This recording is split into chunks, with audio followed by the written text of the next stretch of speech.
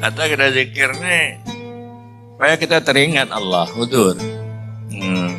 Hudur itu kalau kita berzikir sampai ke tingkat hudur, artinya tidak teringat yang lain, hanya Allah, Allah, Allah, Allah. Apa yang kita ciptakan, apa yang kita akan lakukan dibantu oleh Allah Subhanahu wa Ta'ala. Ini. Jadi itu zikir ma'al hudur. Kalau dapat lagi zikir ma'al ghaibah, dirinya hilang. Panah apa? Panah di dalam berzikir. Jadi sebelum apa yang dia berkeinginan itu telah dipersiapkan oleh Allah Subhanahu wa Ta'ala. Para hadirin hadirat sekalian, bahwa kita sebelum berzikir,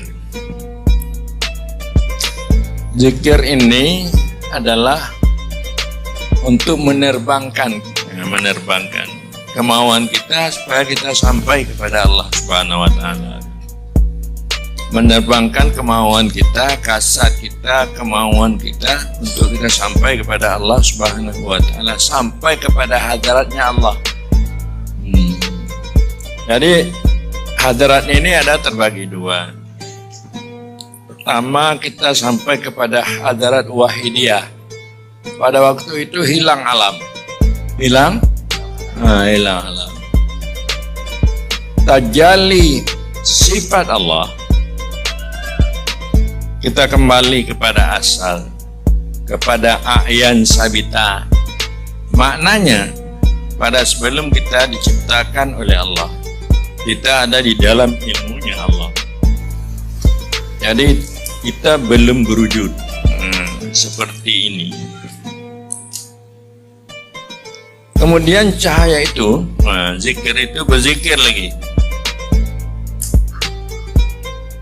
Hilang diri kita, wujud diri, ananiyah diri. Berarti kita sudah sampai kepada hadarat ahadid. Hadarat ahadid. Mana hadarat ahadid itu tidak ada yang ada, hanya Allah semata. Baik dahirnya atau batinnya, tidak ada yang ada, hanya Allah. Maka dengan demikian, lepaslah kita daripada syirik yang tersembunyi. Jadi syirik yang tersembunyi ini, kalau kita paham artinya tajalli sifat, sehingga hilang alam, tajalli zat, hilang ananiyah kita, maka artinya terlepaslah kita daripada syirik kafir. Orang-orang yang telah lepas daripada syirik kafir, dia merdeka dari alam, dia dapat bersama Allah Subhanahu wa Ta'ala. Kalau kita tidak belajar hakikat, tidak paham pada hakikat, maka mudah keimanan kita ini dicampuri oleh kenifakan. Maknanya ragu-ragu kita terhadap keberadaan Allah. Kita yakin bahwa Allah itu dekat dengan kita. Allah itu yang mengatur kehidupan kita. Kita hanya mengingat Allah, itu sudah cukup di dalam memperbaiki kehidupan. Tetapi sebelum kita mengingat Allah, kita harus lebih tahu dulu mengenai akidah. Ini yang penting, kita mengetahui sifat-sifat Allah yang wajib, yang mustahil, yang harus. Kita tahu mengenai perintah dan larangan, supaya kita melakukan apa yang diperintahkan Allah, apa yang dilarang Allah, supaya kita menjadi hamba Allah, budak Allah, berkhidmat kepada Allah, patuh kepada Allah, melakukan kewajiban waktu, salat kita, dan juga kita puasa, apa yang diperintahkan Allah kita lakukan. Jadi di samping kita paham mengenai Allah dan sifatnya, kita paham mengenai perintah dan larangan, hukum syara. Maka perintah dan larangan hukum syara ini, namanya kita yakin semua kita berakidah Ahlussunnah wal Jamaah. Kita harus paham pula tambah nafsu dan sifat-sifat nafsu. Kita paham nafsu dan sifat nafsu. Tahukah Anda semua apa itu nafsu? Nafsu itu tersusun daripada tubuh dan nyawa, dikatakan nafsu. Jadi sebelum Allah menciptakan tubuh hanya nyawa saja, maka nyawa ini sangat patuh dia kepada Allah. Hanya yang dia hadapnya Allah.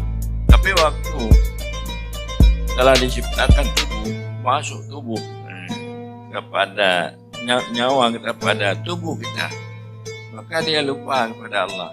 Dia terlihat kepentingan tubuh, penting makan minum dan ya kebutuhan yang lain, kebutuhan tubuh, dia lalai.